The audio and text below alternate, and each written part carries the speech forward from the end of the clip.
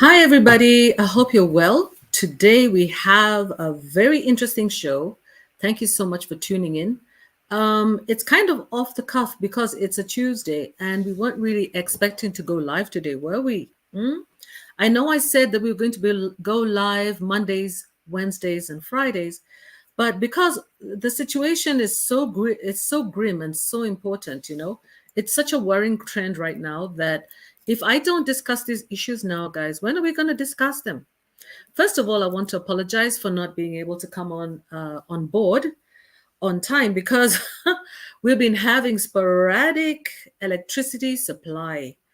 As you saw from my show yesterday, one of my studio members in here had a problem trying to get on board. And actually, at some point, it just went off. So please forgive me in case we're not able, in case you find that I go off and on, just wait for me to come back on again.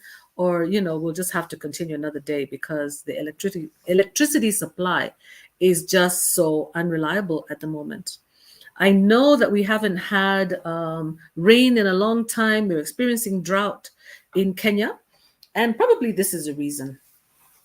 Well, let me introduce myself again. I am African Queen Mo. I'm based in Nairobi, Kenya, and I am a YouTuber as well as an influencer, as well as a researcher, as well as an agitator for the rights of the family, and that includes women, right? That includes women. At the moment, our eye is on women.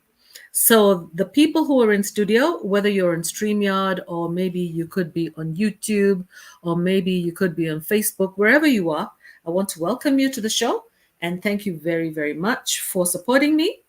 Today, we really need to discuss this issue. I was really hoping to have one of my guests get into the show today. She might. I really hope she does. I will inform her that I am on live. I've been trying to go on live for the past hour, literally, but it hasn't been easy. And I don't know whether she'll be able to or not. Yeah, I don't know whether she'll be able to or not. Let me see if I can confirm that I'm on live. Yeah. I'm on live. Please join if you can. Yeah. She's really a fabulous lady. Yeah. Please join if you can. Yeah. It's new for her, so she may not be able to. So, guys, today we have a very important topic. This is the issue about tips for women and girls on how to keep safe in Kenya. As we know, Kenya has become a hotbed for femicide in East Africa and probably in Africa as a whole. It's a very unfortunate situation that did not start just the other day. It did not just start this year. This issue started a while back, and actually, it started probably say around 2016. Yeah, this is around when it started. And at least that is when the first major cases of femicide were really being reported. Although in 2019, I wrote a letter personally to FIDA, that's the Federation of Kenyan Women Lawyers. And I actually provided them with some statistics on the current situation of women who have been murdered all the way. I'll use the word murdered now, guys, because that's the situation, all the way from 2012, right? And even probably before. So from 2012, although it seemed to escalate from 2016, 2017, 2018, February, May, and I'm going to read you the names of these ladies, yeah, because these are humans, these are people, and we don't want to just reduce everybody to a statistic because, hi, Susan.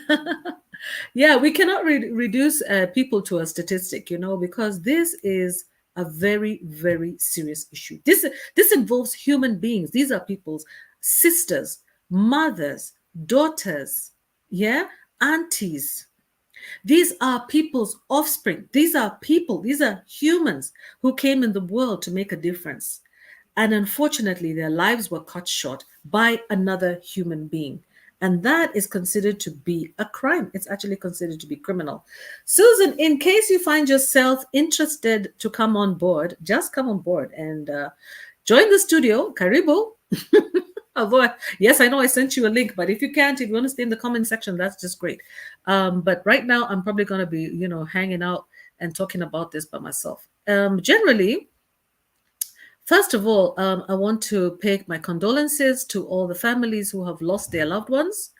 And I want to say that we as Kenyan women and we as women around the world, we stand by you, we stand by your family, and we recognize that the person that you lost was a human being, a loved member of your family.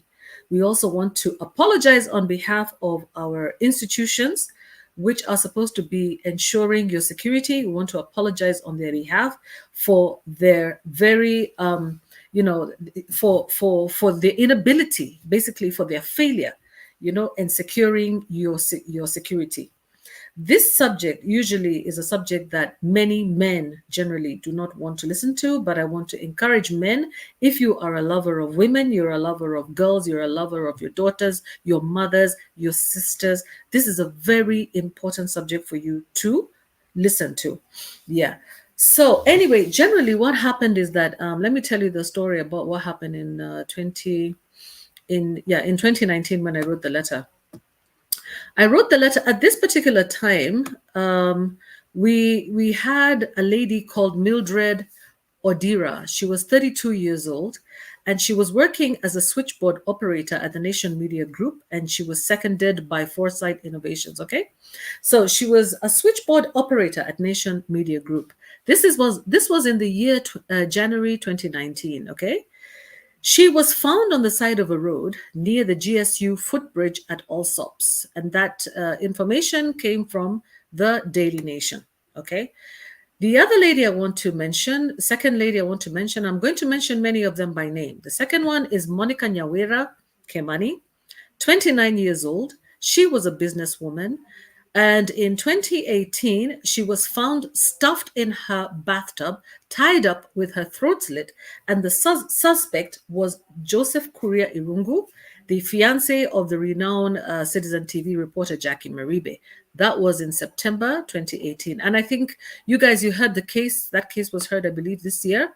And I actually did a video on that. And so he was actually incarcerated, or he was committed to the prison. At least that particular case of Monica Kemani was actually put in the limelight, and this is where we saw the judiciary actually act. Now, the third case I want to remind you about is Sharon Otieno. She was only 26 years old. In September 2018, she was found with multiple stab wounds.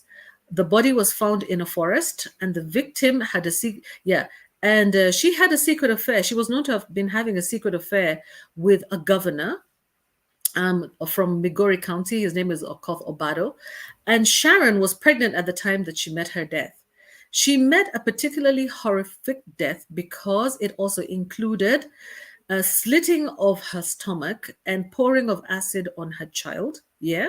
And that on her unborn child. She was a university student at Rongo University, and she was already a mother of 3. Sharon was 26 years old. Okay. Fourth victim I'm going to mention is Elizabeth Acheng and her son, 26-year-old with a 3-month-old son. Okay. Apparently, the house help stabbed them in Kisumu, and that was in June 2018. She was a community health officer at Kadenge Health Center in Muhoroni. All right. And that was actually on Pulse Live. Okay. The fifth victim, now from Elizabeth Acheng. Now you see, Elizabeth was killed together with her son. She was only 26 years old, and she was a community health officer. Think about that. That one was stabbed by a house help. Okay. A house help actually stabbed both her and her child. The fifth victim I'm going to mention, her name is Janet Wangoi. Her age is 41 years old. This happened in May 2018. You see, again, 2018. How many people have I mentioned in 2018? Yeah. Her car was sprayed with 15 bullets at Nairobi National Park. She was accused of having an illicit affair with her nephew, and her husband was accused of sending police officers to assassinate his wife. This is purely a case of femicide. Yeah, Janet Wangoi. And she died in May 2018, having been killed by an accomplice that was hired to assassinate his wife. And her husband's name was George, although he rubbished those claims. Okay. Now, I also want to mention there's a lady, number six, Anne Gathoni and her children. She was 35 years old and she had children, two children, ages 6 and 14. She worked in a local pub, and in May 2018, again, they were found strangled, all of them. 35-year-old Anne Gathoni and her two children. Victim number six, that was Anne Gathoni.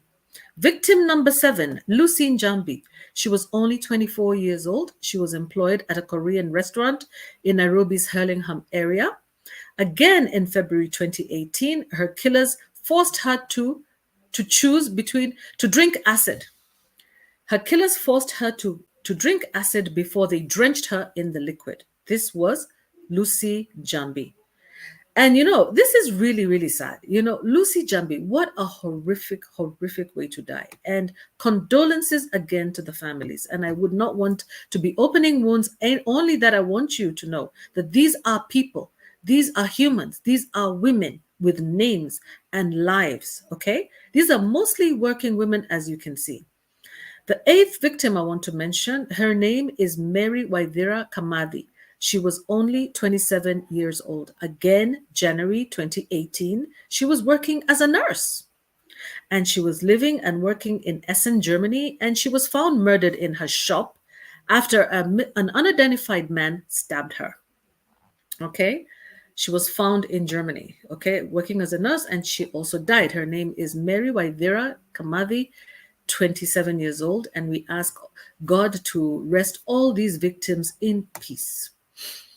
The ninth victim shares my name. Her name is Maureen Wambui Gashaga, and she was only 22 years old. She was a third-year student at the university, and in July, again 2018, she was 1 month pregnant at the time of her death. Maureen Wambui Gashagwa, she was a student at the time of her death. She was a victim of a hit and run involving a police officer.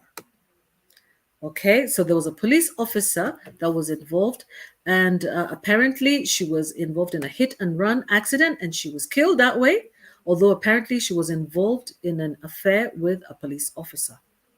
So the question is, at what stage are all these cases at?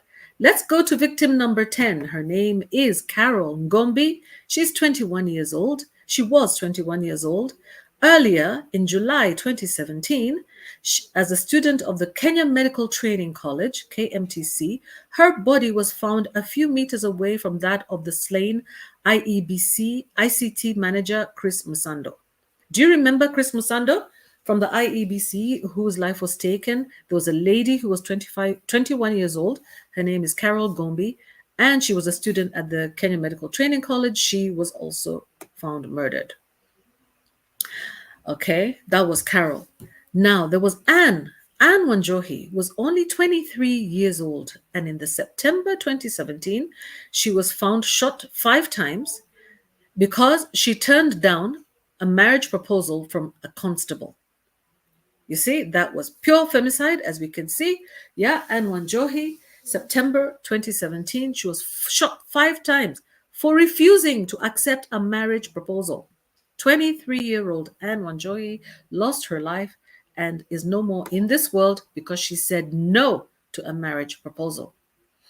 Victim number 12, we call her name is Epidinal Nyainda. She was only 22 years old, and she was a graduate of the Kenyatta University.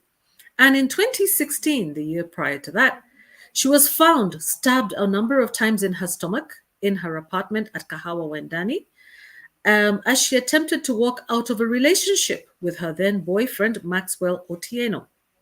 So here is Miss Endinal Nyainda, 22 years old, who attempted to walk out of a relationship with her boyfriend, Maxwell Otieno. And she was found stabbed a number of times in her stomach in her apartment in Kahawa Wendani. Rest in peace, Miss Endinal Nyainda. Wow, these, when I read these things, guys, it's difficult not to take a break.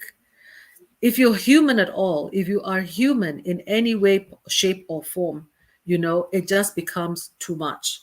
Oh, I apologize, Susan, for keeping you waiting. Yeah. But This is the situation that we are facing in our country. All right. And I continue to read two more names, and then I stop, because this is reading the names of the people who I reported to FIDA at that time, because I did a summary myself. I actually went and did my own research and found all these ladies who had lost their lives. Diana Chemutai Rono, a musician, in 2016, her body was found outside her house. Her husband, Eric Musila, was accused of killing her, of unaliving her.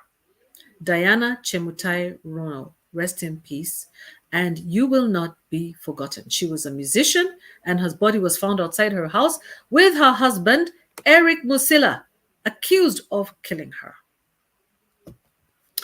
Now, Karine Chepchumba, victim number 14, Karine Chepchumba, 26-year-old, working as a Kenya Power engineer, working for the Kenya Power, you know. In February 2012, an autopsy was conducted by the chief government pathologist, Johnson Odwar, who revealed that Karine Chepchumba had been strangled to death. 26-year-old Kenya Power engineer found strangled to death. Let's talk about victim number 15, Mercy Kano, student of the University of Nairobi. Okay. An autopsy by the government pathologist, Johnson Odwar, carried on the body could not determine what led to the death of Mercy because of several fractures that it bore. Okay. She had been associated with a politician who, however, vehemently denied, okay, her death. So I mentioned by this time in 2019, when I was submitting this document, we had a total of 15 to 16 women, all right, who were found murdered between 2019 and actually, let's just see, between 2012 and 2019. Let's just call it within a 5-year period. We had 15 women killed, found dead in mysterious circumstances, and in some cases, not so mysterious. Yeah, so guys, this is the gory detail that I had for you today. And I haven't even talked about the number of women who have been found unalived, who are up to this year, in the past 3 months, 90 women, 90. They all have names. They all had something that they were doing. They were all affiliated with someone, and all 97 of them were found, are actually, confirmed gone, yeah, in 90 days, in 3 months. In 3 months, yeah? 1 month, assuming 1 month has 30 days. In the past 3 months, we're talking about from July to now October, we've lost 97 women. Just imagine, in 2016, I was reporting just 15. Let me not say just, we're reporting 15, but can you feel the impact when I tell you their names, when I tell you what they were doing? Guys and girls, can you feel that impact? Yeah? This is something of grave concern to our country. Now, let me introduce Susan again and welcome Susan to the show. Susan is our lawyer, and she's a family lawyer, and I'm really looking forward to hearing Susan's perspective on this matter, because what I did so far was to read a list of ladies, and I hope that you have a feeling, I hope that you feel tugged. Your hearts are tugged when I mention those women's names and remind you about who those women were. And yeah, Susan, welcome to the show. Thank you, Queen Mo. Yeah, indeed, this is a really, an emotive discussion because of, anybody losing their lives. That's something of great I can't hear concern. you, Susan. Oh, sorry. Hi, Susan. Hi. Can you Hi. hear me now? Ah, you Hi. can hear me. Okay, that's great. Yeah. Can you hear me now? Now? Yes, I can hear you. Hello? I'm having a Oh, little bit of issues also with my internet. Hi, delay. can you hear me? Yes, I Hello? can. Yes, I can hear you. No, So, you're I off. was saying, Your mic. my Oh, mic? there's a delay. Yeah, because I'm not using Wi-Fi. I'm using my phone. So my phone Wi-Fi. Okay, go ahead. Okay, yeah, I was just listening very carefully to what you were saying. And maybe the first thing we should do is, just give a minute of silence to all those uh, young, those ladies and girls who have left us as a result of violence, gender-based violence from males. So maybe we can just observe a minute of silence. Please join me in observing a minute of silence.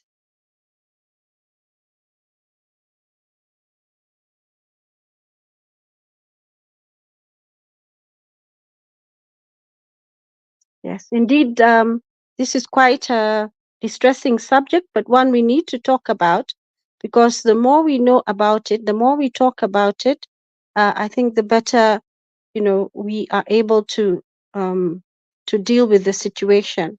Just analyzing what Queen Mo was sharing with us, we can see the diversity in the women. They are singles and they are women with children, and some of the women with children, they've been unalived with their children. And then we have them Mm-hmm. from some are professional women and some are students. So they're again diverse. Then we have a whole range, age range. So we had some professionals like a musician, I saw an engineer and a nurse. Then we had students from various universities. And then some of them were pregnant, others were not. And then the circumstances under which, or the cause of death, of being unalived, sorry, was diverse again, because you could see there was a shooting, there was a stabbing, there was strangulation, hit and run, um, and some of them were as a result of intimate partner relationships. One was, exiting a relationship, and the other one refused marriage. And I'm sure if we go deeper into those stories, we'll be able even to get a deeper analysis of the circumstances under which they found themselves. Maureen has just picked a few, but we know that in the more recent years, we've lost some athletes, some female athletes also in these tragic situations.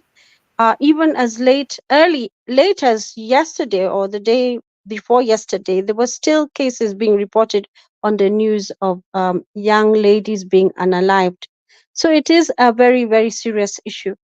And one thing we were talking about was that it's important for education to occur, because we need to be equipped to be able to recognize danger signs. And, these are like just basic life skills for women, so that we'll be able to respond and exit a situation that's potentially dangerous. Some of these cases, from what as I was listening to Queen Mo, was they met online, you know, or something like that. So these people met online, and then they're unalived in, a tryst, after a tryst. So for women, things have been a little scary and a little dicey. So there are things we need to look at. Need to look at, and we need to strengthen education for women and girls, not just women and girls. Actually, if we look all around, for just everybody, just to know how to be safe, how to keep safe, and what to avoid. For those who get into relationships, who look for relationships through the internet, there needs to be certain protections that you need to look for, and also know, when you're getting into a danger zone. Like I keep, I've said this before on this show, that they're actually indicators of people who are risky. uh, there's a personality type, and they're risky. The very controlling people. For instance, the case where this young lady was unalived because they wanted to exit a relationship. That, in fact, research has shown that is perhaps the most dangerous time for a lady, when they decide to exit from a relationship. And usually they want to exit from that relationship because of controlling behaviors, physical violence, and other sorts of gaslighting and cruelty. Um, I remember one case that again, this lady, I think she had been able to separate herself. They were separated, and so her husband. And this is a case that's in court, and it's being delayed all the time. I was just watching on the YouTube, and it's a Kenyan case where the case has not really been heard because he keeps getting the case adjourned. But the husband, or the father of the children, and the husband to the lady, he unalived his entire family, his wife and his two children. He unalived them. He lured them to his workplace, and he unalived the children first, and then the mother. So eventually he was caught. He was in a respectable. I don't want to give the details, but he was in a respectable uh, uh, employment. So currently he's in police custody. I mean, he's in remand because he was arrested and he's in remand and awaiting trial. But he's been doing everything he can to delay the hearing of that case. There was somebody who witnessed, I think, helped him to dispose of the bodies, and that person, I think, they're trying to interfere with the witnesses. So there's been an issue there. So these type of circumstances in the intimate partner relationship, we really need to sit down and take it seriously in terms of how do we know? Is there a way of being able to project that you're in a danger zone and you need to exit? And usually the indicators are things like you go to the beginning of the relationship and you look to see how quickly did the relationship progress. Those are warning signs, because for these type of individuals, so controlling type, they want to get your commitment as soon as possible. So you'll find that the courtship is very, very short, and once they get control of you, it's very difficult for you to get out of that relationship. They are the only ones who can exit. They can say that's it, but you can't. And they're usually very highly manipulative people. So there are signs they can plead with you not to leave because you perhaps in the lady the it's difficult. There's violence in it, there's manipulation, there's control, all types of control through money, isolating you from your friends, from your family, even determining how you should look, changing the way you look, and your friends Mhm, notice those changes in you. mhm, In fact, mhm, they do notice them. Certain fear, mhm, maybe because there are consequences as a result. mhm, And if you're in a relationship and there are children, they can also use the children to mhm, sort of keep you, in line. So we mhm, really need to be aware of some of these things, and education is important. The other part, of course, is um, we don't have too many police. The last I know is that the police force was, in terms of if you do the population to police force ratio, it's very, very, there are too many people per one policeman. So mhm, they need anyway to have special training to deal with these type of cases, to be able to detect that this is a situation that you should not ignore, or you need to separate these people from each other. Otherwise, the next time you come, you might find a different situation. Um, mhm, that is mhm, very, very necessary. Usually, and why I'm talking that way is because, like in intimate partner relationships, it is something that there's like violence that has been meted over a period of time, and eventually, the last, at some point, it just goes to the other extreme, and then there's somebody's unalived. Also, the reaction of women who are victims of this coercive control or violence, uh, they're not easy to deal with, and it's not so easy for them to talk about it. And mhm, as in a previous show, Queen Mo had asked why PIDA is having challenges in prosecuting some of these cases, and it's because of that. the um, the victims, if I may use that word, um, or let me use a different word, the ladies who have been subjected to this abusive behavior find it difficult to talk about it because the trauma is it's mental, it's physical. There's a sense of betrayal, a sense of shame, a sense of guilt. Um, and so it's very difficult for them to really express and even report. And there's also, I think, in the initial stages, a sense of unbelief, disbelief. You can't, perhaps a person can't believe they have been treated in such a way by somebody who claimed to love them at some point. So there are different categories. There's the intimate partner relationship, and then there's also the um, maybe like the case of the hit and run. Though there was it was suspected they were in a relationship of some sort, and the motor vehicle was used as a weapon, which we can't rule out altogether. We can't rule that out altogether. So um, so they are all violent things, and usually if you trace even the what you call it, those dates that ladies get into online, that person that they're dealing with has a history of violence.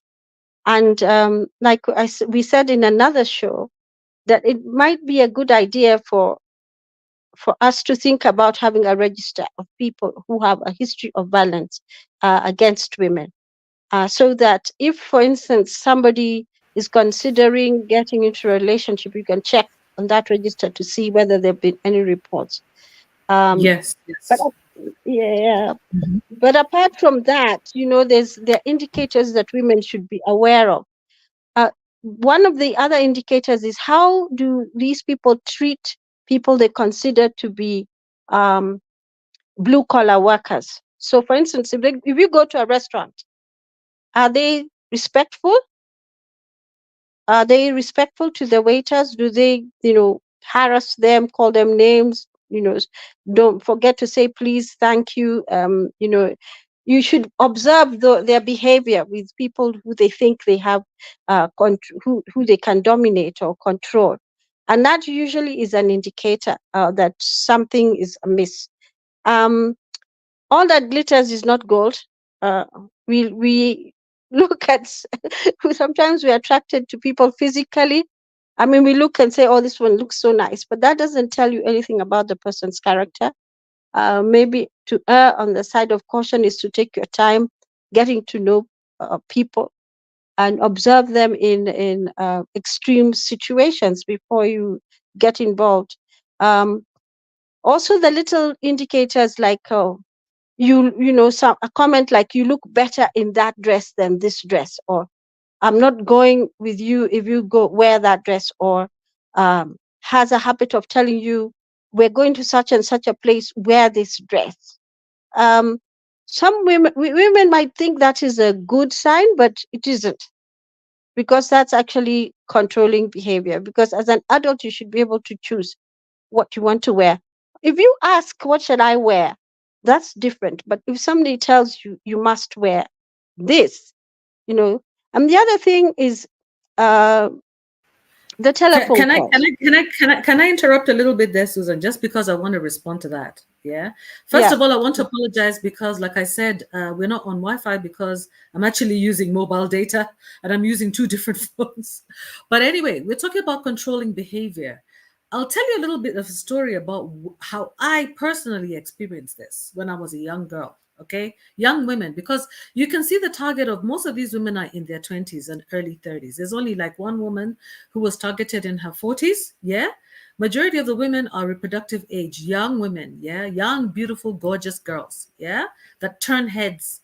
So I remember when I was one of those young, beautiful, gorgeous girls turning heads. And I remember being paired up with some guy, oh, somebody thought that somebody should go out with Queen Mo. Yeah. When she was young. And the reason why I decided to share this with you ladies is because The only way that you really grasp this is when it's no longer just out there. What do we say? When it's personal, when it's personalized. Yeah.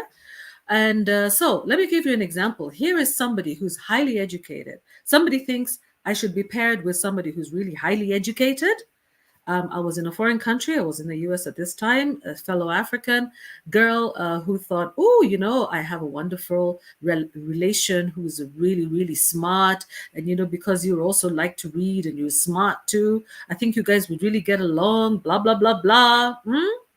So I got ready. I got ready. The guy was going to take me out, guys. He was going to take me out. I was like, oh, that sounds good. Those were the days when women were not being unalived. It wasn't normal for a woman to be unalived. Yeah. So I got ready the best way that I knew how. I knew that I was going to go to some sort of, I don't know, revolving restaurant. I'd never heard of anything like that. I thought, wow, the way women are t-shirt today, I was going to go to a revolving restaurant on Lake Superior. I was one of those Minnesota girls. Yeah. So I was really looking forward to this. This was when I was nice and single. And I dressed up the way I thought I would dress up, And I thought I looked decent. But here is somebody who had a very high expectation for what his woman should look like. Yeah. Now me, I was just a poor student. Okay. So poor students, you just wear a dress, your high heels or your shoes, and you go, isn't it? So I ended up going to the restaurant, but guess what he was doing? Because he was driving a very expensive car, he said, in fact, the car that he was driving was a BMW. Yeah. And he said, you know what? This could be yours. If you accept me, this could be yours. I was like, woo, the way I like BMWs, let me not lie, that was very tempting, I must admit. And it was a long drive. And we went there. And he said, this could be yours. And in fact, I can park it in front of your apartment. In fact, I have 2 other vehicles. Yeah, I have, I don't know what kind of car. Plus, I, on top of that, have a really high-end motorbike. Well, let us go to that Lake Superior, okay? And we go to this revolving restaurant. What does he do? He walks straight into a shop, decides that the way I am dressed is not good enough for him, and he starts to purchase clothes. And he bought What? all these amazing accessories. Yes, hat. I don't know what, these sailor hats, and I don't know what kind of necklace. And I thought, okay. Because you see, I was brought up by a father who taught me that there's nothing for free with a man. Never.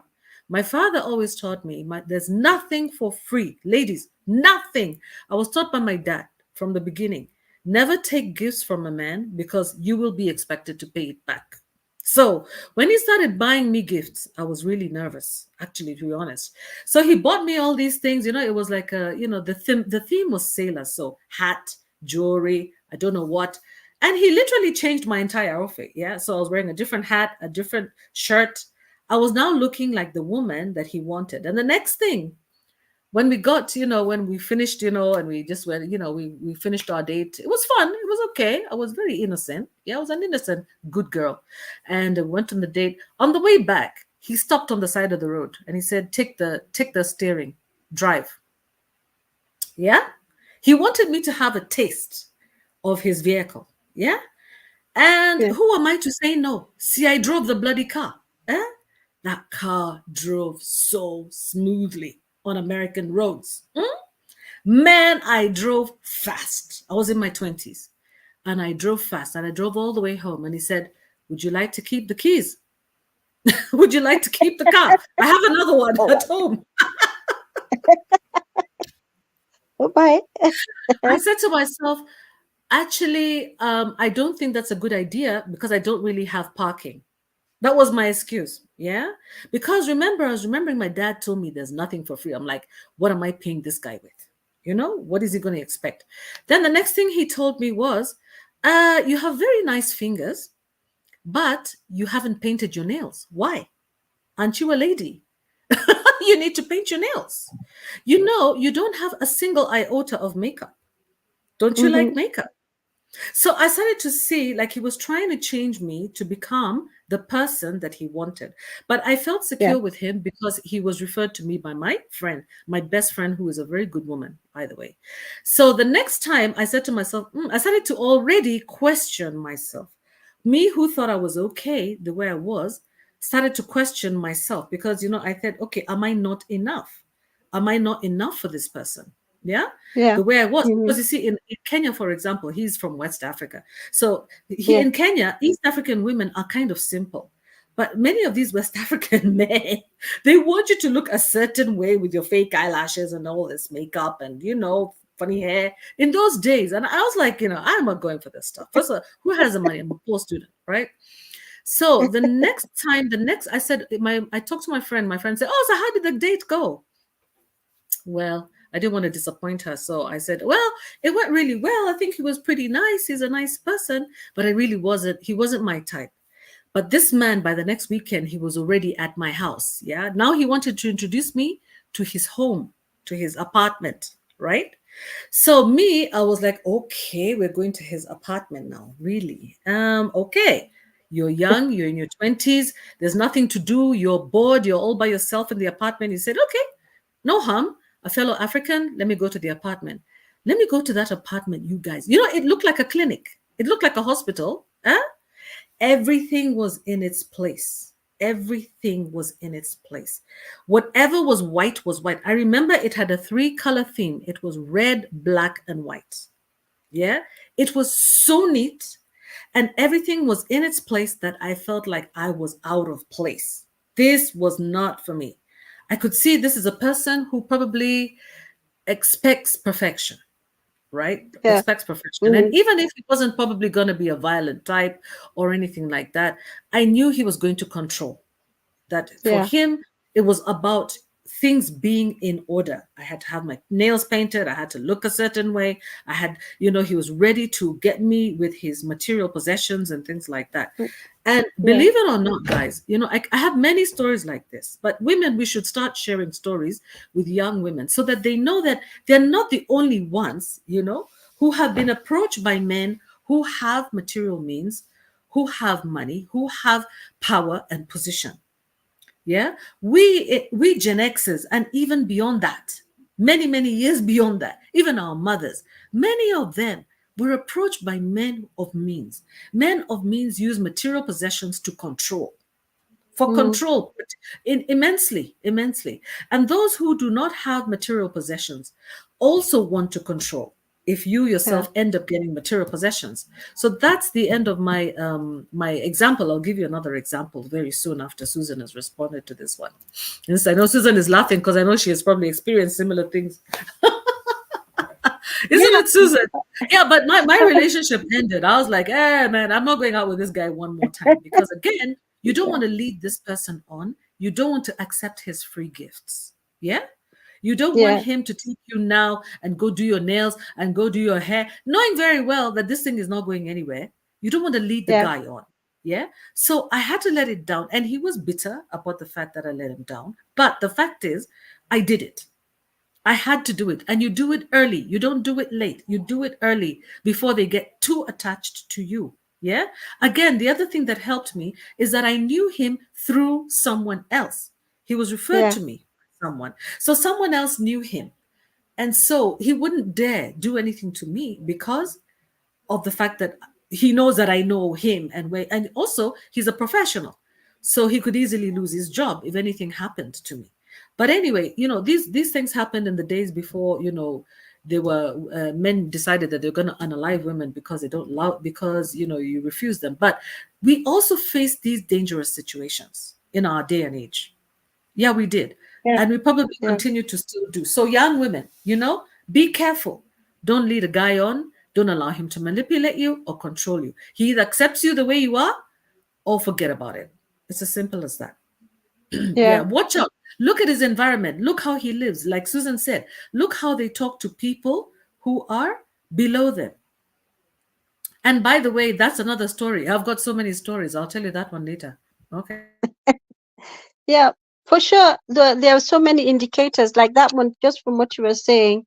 The he wanted you to see his wealth. He wanted to control how you looked. He wanted to control where you went.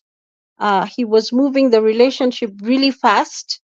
And he was taking advantage of you in that you were much younger than he was, and he must have been aware that you were not as sophisticated as he was.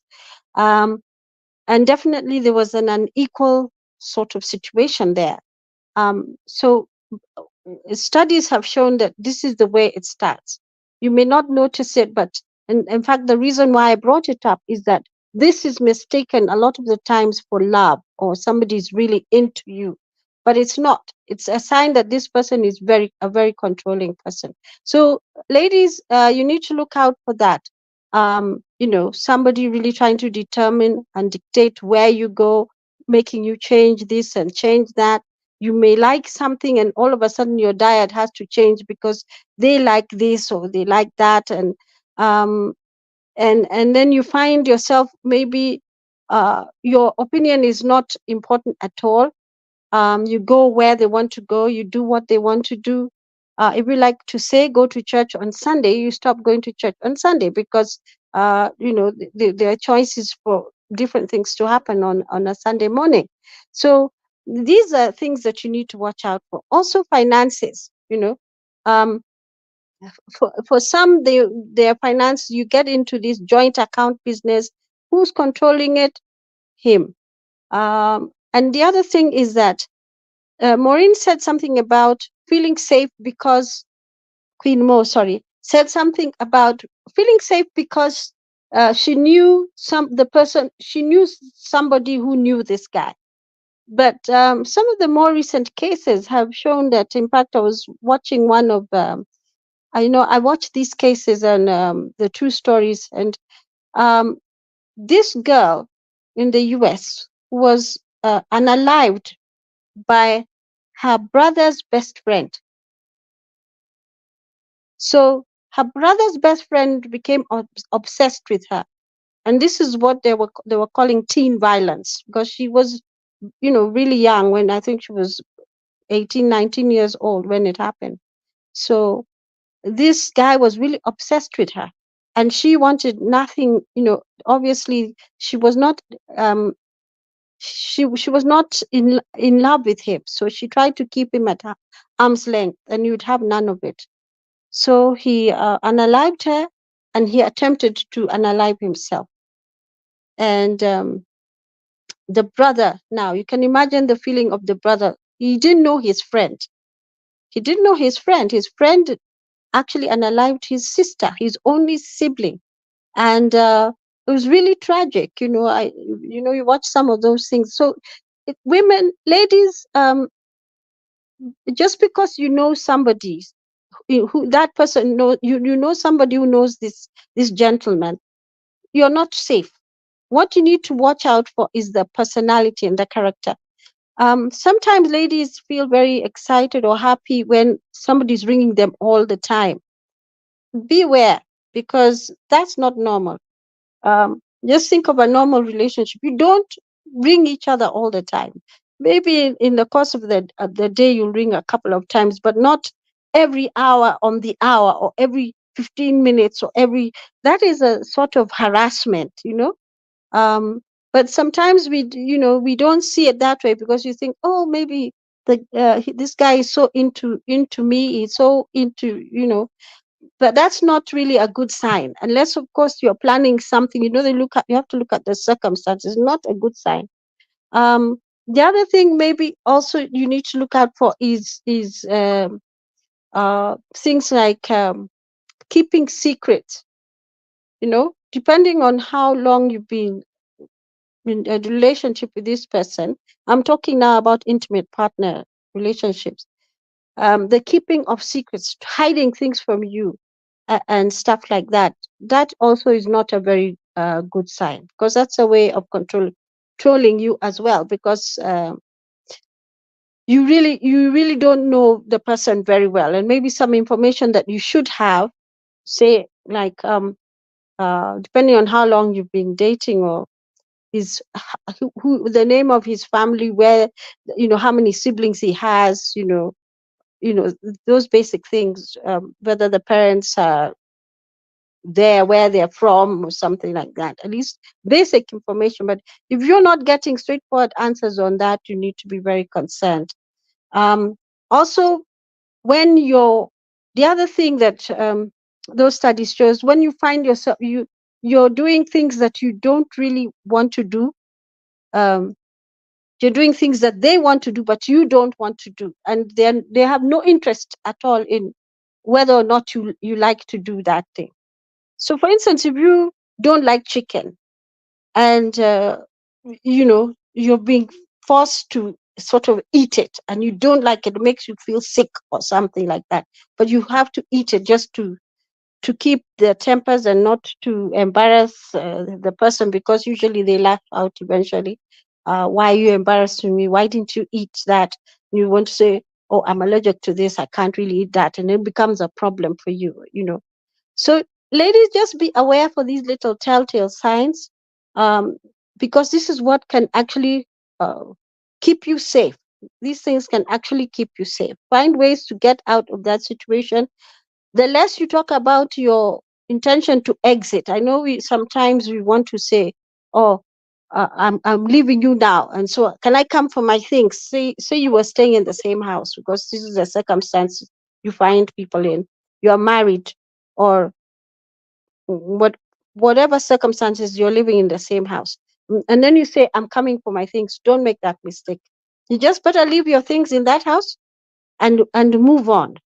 A lot of the cases of unaliving have been that ladies have gone to collect their things from the house, and that person has been waiting for you, and you won't usually that the lady will not leave that house alive. So ladies, just beware. It's better just to forget those things, unless you're going to go there under escort of police or whatever it is to get your things. But just don't go in there. If you sense you're in danger, just don't go there. Just leave it. And even when they do things like that, the family may even support them. The gentleman's family might support them in the wrongdoing, so you have no friends around you to keep you safe. So it's better be safe than sorry. Just keep off. Leave your clothes, your stuff, uh get them when you're protected. There's some really nasty cases where people go missing for weeks, and then eventually they're found dead and unalived, and the gentleman's like, no, I didn't see her. The last time I saw her, you know you've seen them on the news. Seen them on the news, even crying. And they're the ones who are responsible for the whole disastrous mess. So ladies, let's be clever. um, don't rush into things. I know I'm speaking from, we are sitting in our homes, sitting comfortably now, and we're not right in that situation, but just try to slow down and take time to observe the person you're intending to get into a relationship with. That may save you. um, yeah, I think that's something that's very important.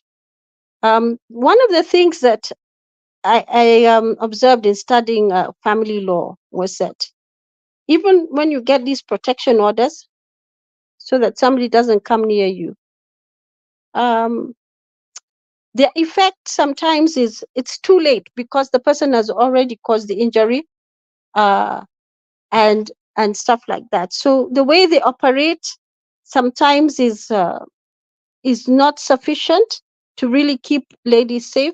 So what you need to do is to make sure that you're keeping safe, that you're cautious. If you know that there's a threat from a male, you need to make sure that you take steps to make sure you're never alone with that person, that you're always aware. You make sure that if they're on this side, you're on that side, that sort of thing. So you need to be very, very alert. Your instincts need to be up.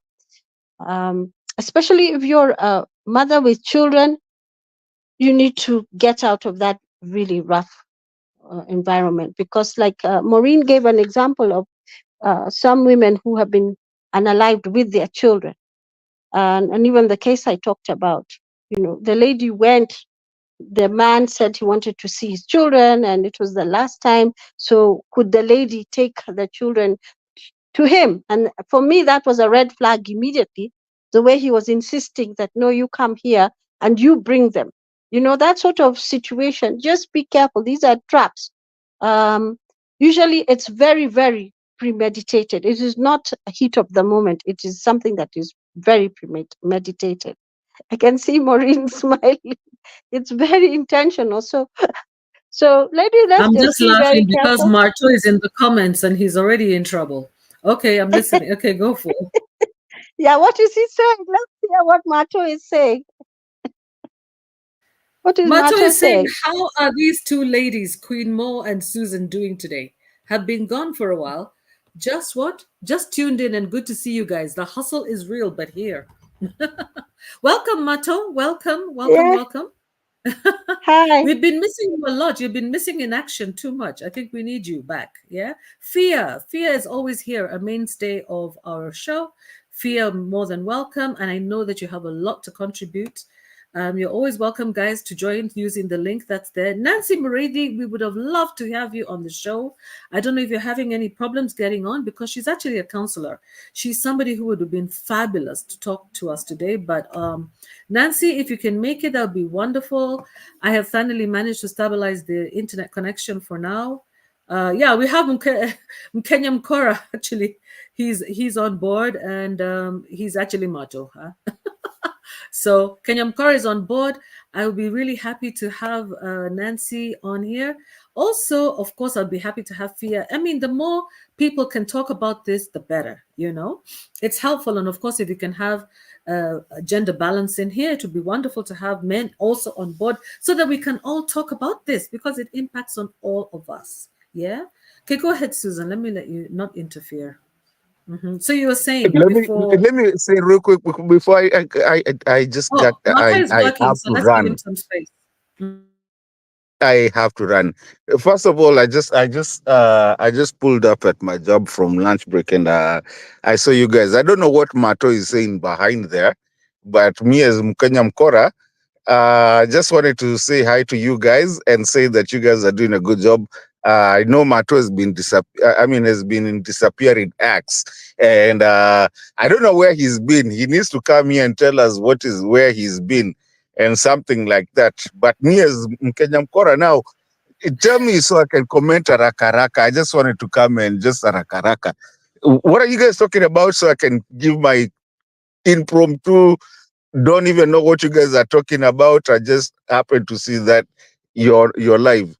But I like your show, and you and Susan always sometimes I listen, and I'm very controversial. But what is this about arakaraka? Please, and then I comment, put my 2 words, nitoke, niwasikize nikiwa nyuma.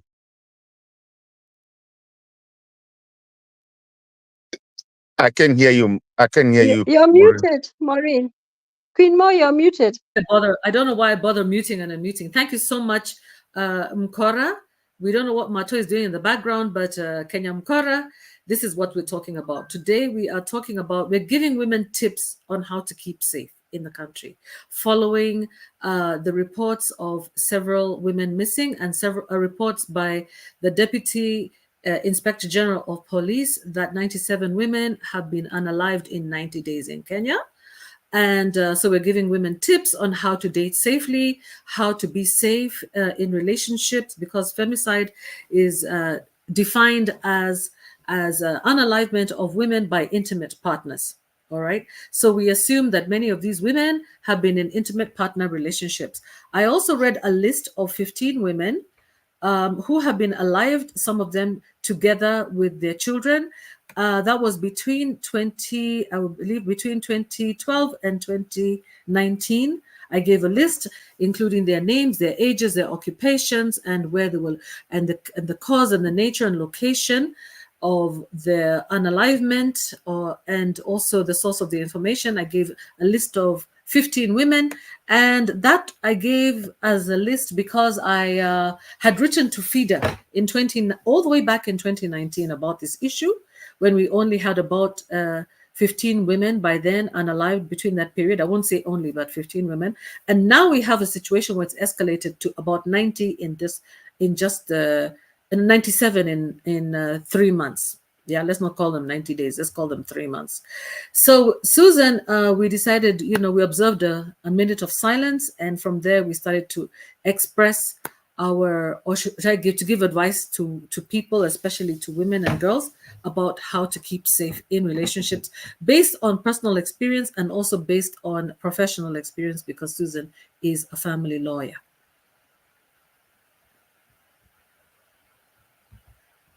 That's it. Kenya Mkora, Yeah, that's umesikia? good.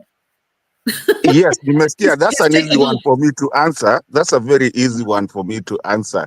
I thought it was Okay. very complicated, but that's a very easy one No, for that's me to it. That's answer. just it. Okay. My answer to that and my advice, wacheni kukula fea za wanaume. Number Which is two, that's true. We did say that. sisi mimi ndo We did najibu. include that. Wacheni kukula fea za wanaume. And and also let my main answer, and which is now, this is a serious one. Let the universe has a way of how it was arranged. When you go to the animal world, even in the jungle, there's the way, whether you believe in God or Allah or Buddha or whatever you believe in, there's a way the laws of nature actually plan themselves, and once you get into that law of nature and try to poke a hole, utaharibikiwa. I can almost bet you right now, a lady, and mutanichapa tu, lakini at least nitakuwa nimetoroka, mimi ni mkora. A lady is meant to be the head of the house on the other side. I mean, actually the lady is the one that actually carries the house, not the man. The man is supposed to, since Adam and Eve, when they did what they did, the man is supposed to toil, but the lady is supposed to take care of the man. I can almost bet you right now, the lady that is married and hana ikiburia, oh, you can tell me, you can nini mwenye ametulia. She's more respected and more protected than the lady that will come out at you as a man and want to fight with you, yet they cannot fight with you. And then you come and tell us, yeah, you're going to get sponsors, oh, utakula fea yangu. Of course, there will be a problem. So it is poking fingers into the laws of nature. Even lions, all the world, all the animals. Look at your dogs. They know not. They know. I mean, where they belong in the society, but they are so protected because, I mean, even the female are so protected. If a female loves me, I will die for them. But if I'm fighting with them, then there becomes a problem. So the problem is the way we've done our society. We've gone against the nature of what it is supposed to be made and how nature is supposed to be. And that is the biggest problem, whether you like it or not. Today you have females that will come and talk to you anyhowly. You know you cannot beat up. I mean, for me, I will never. And I'm a father of a female. I will never, and I've never laid a finger on my daughter or all the females that I know. Water. And there's times wengine wanakukujia, you're like, guy, ungekuwa tu mwanaume, tungepatana. Now, why am I saying this, Queen Mo and Susan? The way you treat yourself as a female, you will be protected by the society and by the nature and by God. But if you treat yourself kama mtu kukimbia kimbia hivi, hata baba yako ajui kule huko, bwana yako ajui kule huko, brother yako ajui kule huko, wewe umekimbia umeenda huko Dunda, umefanya nini, and all these things, then you're putting yourself in an arm's way that you're prone to have those things. But if I know I'm here with you, I'm probably gonna die before you die, because I'm gonna put you behind behind me. I'm the one that is gonna go fast. So basically, let's look at this thing holistically. And in as much as that feminism is where you will find, no, you cannot talk about a woman. And men nowadays don't talk about a lady. Why? And I hate that name woman. I call them ladies. You cannot talk about a lady, because the moment you talk about a lady, the world will come down upon you, even if they are wrong. So basically, what I'm saying is that in as much as there's some nasty things happening in our country, and not even in our country, in the whole world, uh, sometimes even as a person, we have to follow the laws of nature. And that's all I'm gonna say. I have to run back to work. Nimesimama mahali, I'm late, and I just wanted to come in because I've not been here for a long time, na najua nimewasha moto, najua mtanichapa, nitakuwa tu nikisikiza nikiwa huko nyuma. Leteni moto yenyu. Bas, nimefunga. Queen Mo, thank you. Susan, always good to see you guys. Asanteni sana. Kama nimewasha sana, poleni sana. I apologize in advance. Mato, we know that you have your heart in the right place, so we're good. It's all right. And actually, you brought up some important points, which are important, but we also disagree, of course, with some. So, sikiliza huko na nyuma, tutawasha moto hapa kwa studio. Go ahead, Susan. Please answer our great friend Mato. Yeah. He's Kenyan talking Kora, about. sorry. Yeah, I think he's talking about the power dynamics that exist in a relationship, and the shifting of that dynamic um, that could result in a violent outburst. But I think it's deeper than that. It's really about managing a situation well, learning and how to manage a situation well. Because the truth of the matter is that it could also be the other way around, where the male partner's behavior is so aggravating to the female. So is she entitled to lash out and also violate him, beat him up, or even unalive him?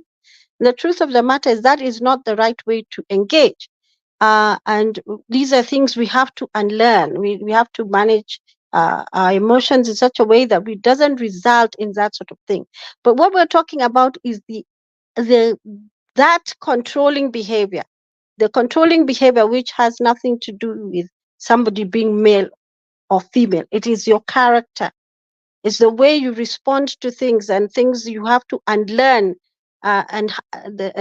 some maybe cultural input or uh, something that you learned from your home, just watching maybe the dynamics between your parents or your aunt and uncle or something, male female relationships. But it's something that is not should not be condoned either way, whether it's male on female or female on male, because we do have some really nasty cases the other way around.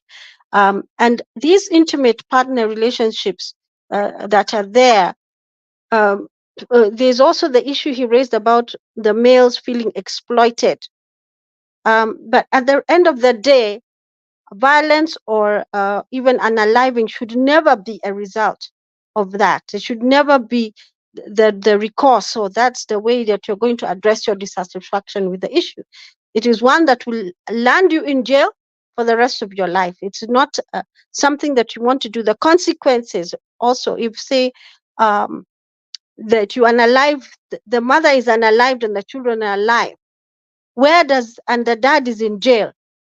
So what have you left? These children that you claim to love so much, you've left them without a mother, and you are in jail. So you've left them literally orphans because somebody else has to take care of those children. So for me, it doesn't matter how much pressure that somebody is put under. we need to find ways, and these are called anger management and coping skills that need to be strengthened. You need to find outlets. You need to exit from that situation, walk away, because the consequences are things which are likely to be to destroy your life, really. And for me, that is not an option. You can get angry. Being angry is not the problem. It is now, taking recourse to harm somebody in a way that will end up them losing their life. And I was watching some documentary in Australia, and there are some NGOs which have started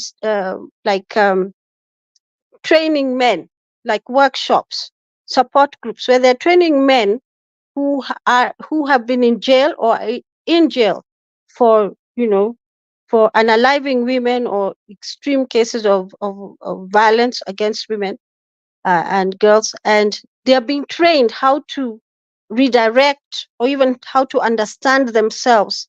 And some of them were being asked, why did you do that? And one of them, I remember saying, because I could, because I can, you know. And that's when you see it was an issue of control. And even the research that has been done on those cases, because this is a case, this is the research I'm talking about was done in England, and it was done actually among people who had been jailed for unaliving female partners or women. And some of the research they did, they asked them questions about why did you do it and stuff like that, and they were able to find out that the underlying factor was control. They felt that they were losing control of a situation. This person is not subjecting themselves, is not agreeing to be controlled by them, so they will resort now to those violent acts, and they don't really care about whether, in fact, in their mind, probably it's they intend to just dispense with you, because they find that they're not able to control you. So it's actually about control, and it's something that needs to be addressed, and really people need to be retrained around that, because it can result in very, very bad, the results can be very, very bad. And one of the things also is, in that research they said that when you find cases of missing women, and there's an intimate story, you need to you may not find that person alive. They might have gone off and hidden, but they may actually not be alive. So that lady's research, she's a professor, and she said that they had found that the reports of missing women sometimes were actually women who had been unalived by their intimate partner. So maybe here we also need to have programs for men, to tell them, look, this is not the option. You don't deal with your anger this way. This issue of control, if you know you have a problem, issues with control, you need to manage it in this way. It is not, it being controlling is not being manly. You know, your masculinity is not defined by being a controlling person. A controlling person can be male or female. It is actually quite a negative thing, and that can, you can end up in some very bad situations. So that's my answer to Kenya Mkora. Is it Mkora Mkenya? Because really, let's not confuse the issue. It's, yes, you can be provoked and stuff like that, but you have the option to walk away from it, and it can be either way. So it's not something that's acceptable in my view at all. And you can also have the option of avoiding the person who's causing you so much distress. You don't have Mm-hmm. you don't need to be in the same space as they are, and you Mm-hmm. just men also have the option to walk away from those type of relationships because of the consequences of them. um Yeah. Let me anything thank you else? so much, Susan. I think let me interrupt you a little bit and ask Fia's question. Fia is asking, do the police help with escorting women to collect their belongings? Keep that one in the parking lot, because Marteau also says here that see, you guys know how to make excuses for women. You guys know. Why don't you train women on how to treat men right? Yeah. Otherwise, we're having a one-sided conversation. And he goes on to say, Leon Tawasumbua, today I'm going to disturb you very much. Okay. So, first of all, Mato, you missed the initial part of my conversation where I actually give an example of myself, where I told you that when I was growing up, yeah, my father actually advised me never, ever to take anything free from a man, because a man will never give you anything for free, right? So if a man gives you gifts, don't take it. Okay. But you see, the thing is, it's not the same advice. I realized when I went, because you see, I was quite a protected young lady. When I was now thrown into the world of America, I discovered that when you meet men who are brought up in different kind of households or different societies, it is the expectation of a man. He is trained to give gifts to women, and women are trained to receive gifts from men. Okay.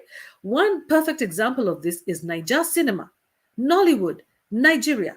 Okay. A very good example of the Igbo training. How the Igbos train their boys and their men is to be providers. And one of the ways that a woman tests a man is if he gives gifts.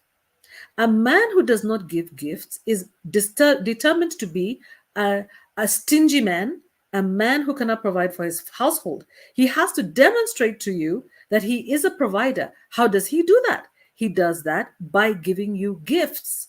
They give so many different kinds of gifts. And I can tell you that in the days that when I was in the US, when I was dating, I dated guys from West Africa because they're the majority, actually. Yeah. And every single one of them would buy me gifts. I never asked for them. They just brought them. When you go out, you either buy you a teddy bear, simple things, teddy bear, perfume. What else would they buy you? A card. They take your picture, put it in a frame. They do all kinds of very interesting things. Yeah. These guys, Nigerians, they are amazing. Ghanaians, all those guys, they do these things.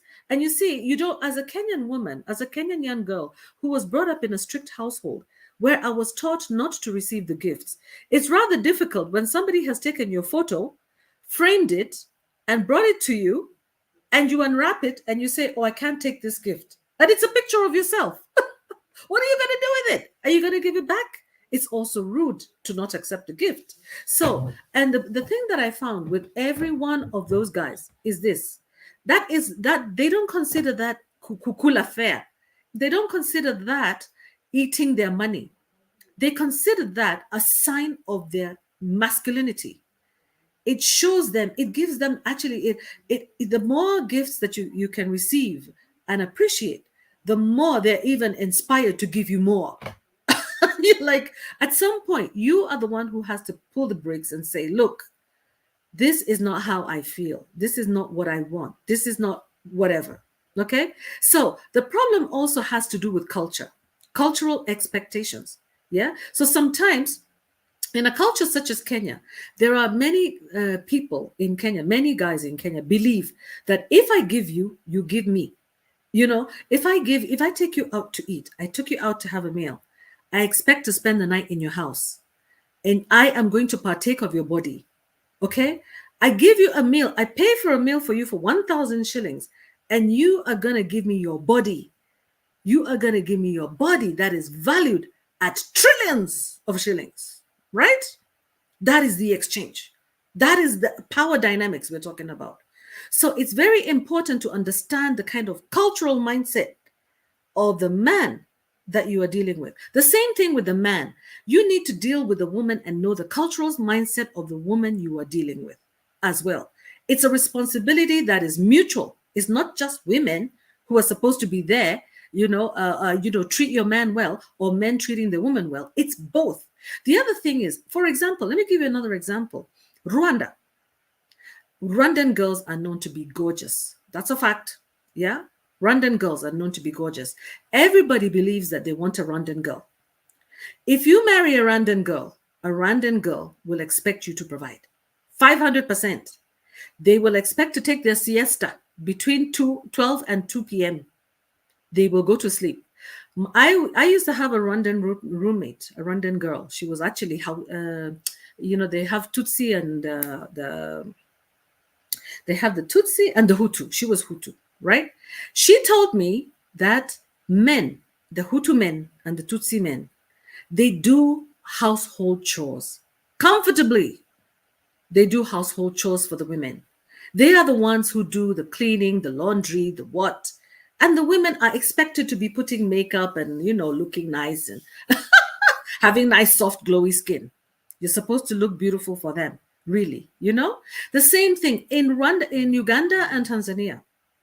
A woman will kneel down for you, but you as a man are expected to provide.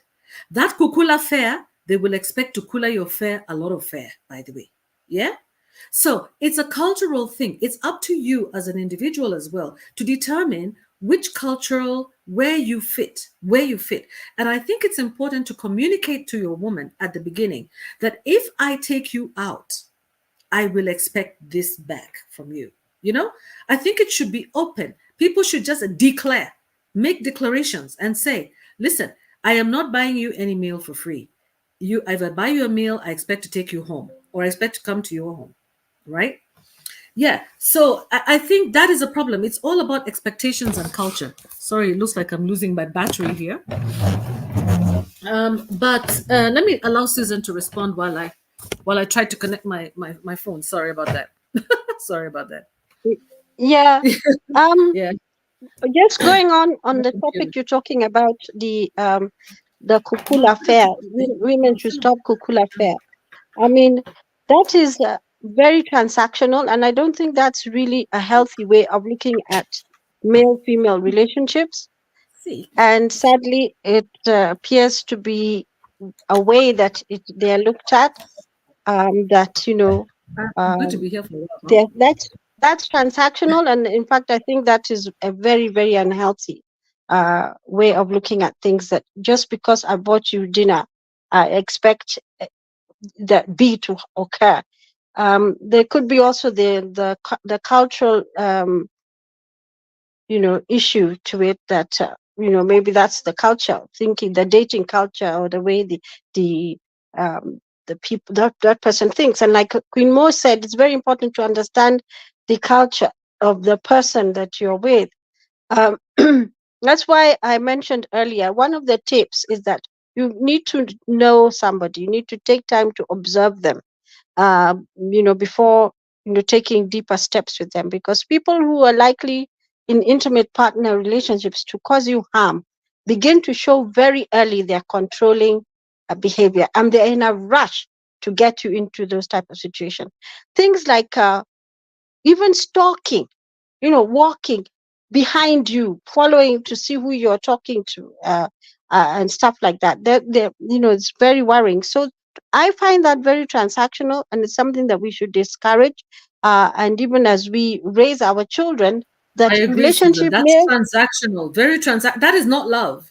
That is not love. Because no, even women, even me as a woman, how many gifts have I given guys that I've been with? So many. yeah, And I'm so proud. Actually, I'm proud. I'm really proud because apart from giving gifts in terms of material gifts, there's the gift of my time, the gift of my advice, the gift of my love, the gift of my yeah, cooking, the gift of whatever I can give. Yeah, to can't put make a that price person on feel it. happy. Yeah, the You gift of can't put a price encouraging, on it. encouraging, Mm-hmm. empowering. I know many Yeah, men who have passed through my hands, right?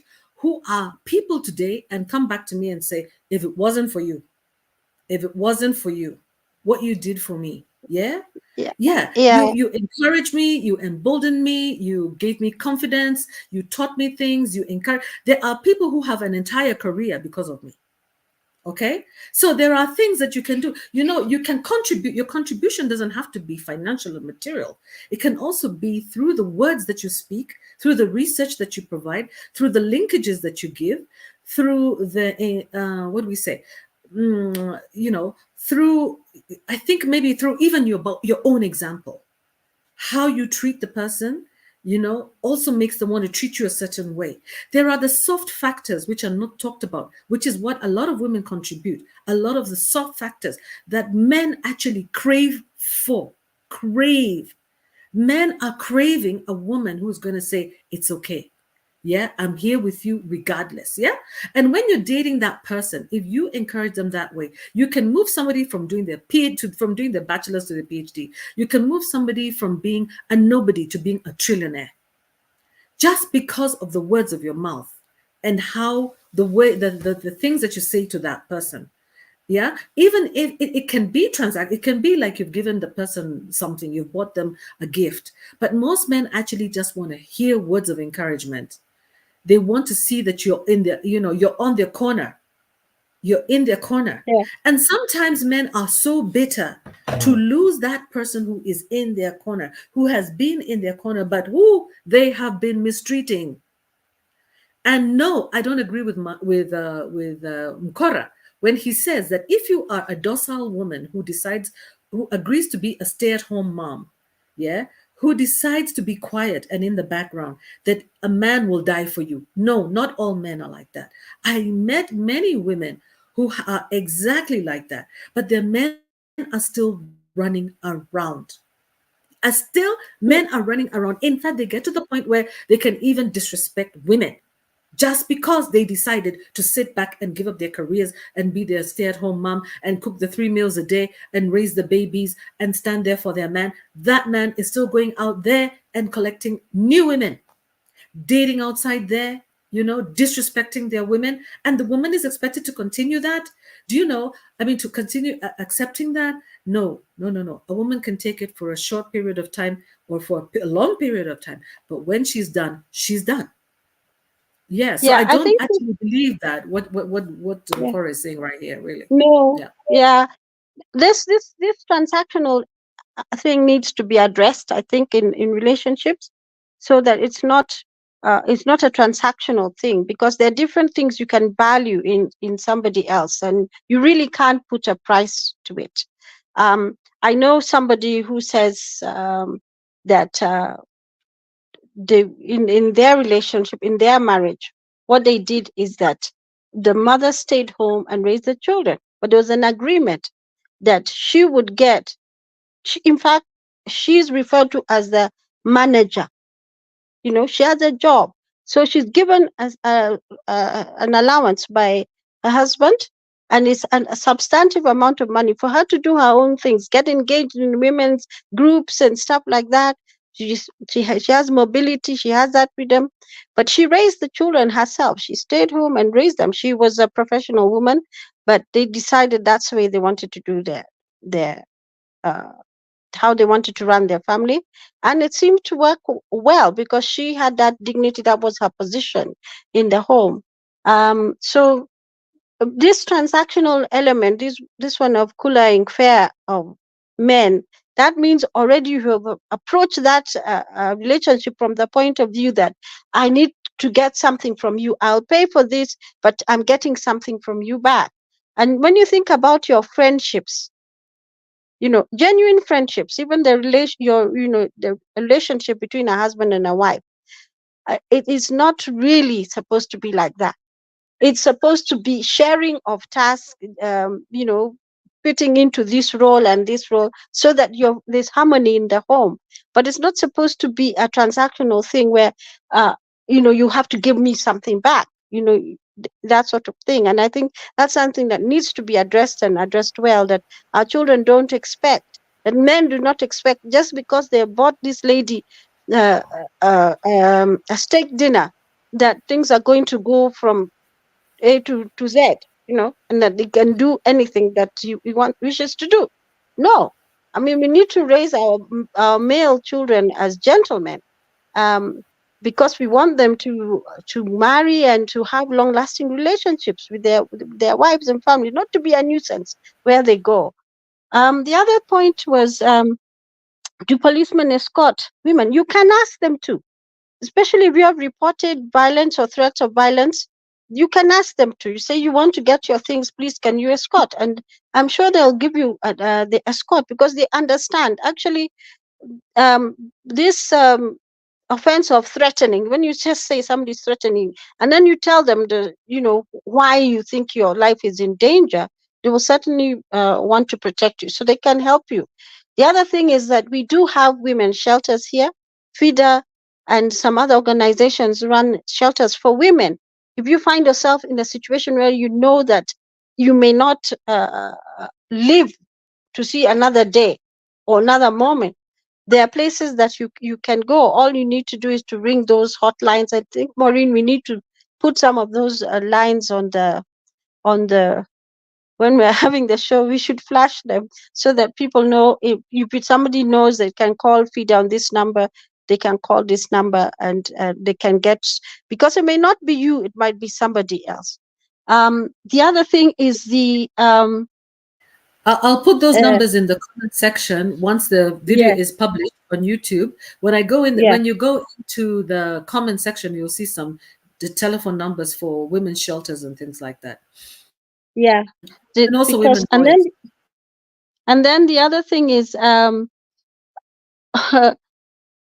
why women are not trained to treat men right. I think the same way I said that we should train our male children to treat women right, women also, we should also train our female children to treat others right. It's actually really about treating other people in the right way, in a respectful way, finding ways of resolving conflict without resorting to violence.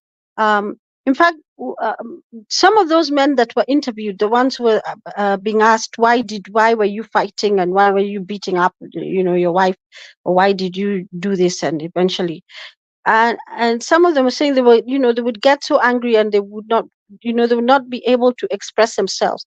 One of the things they say is that women speak much more than men, generally speaking.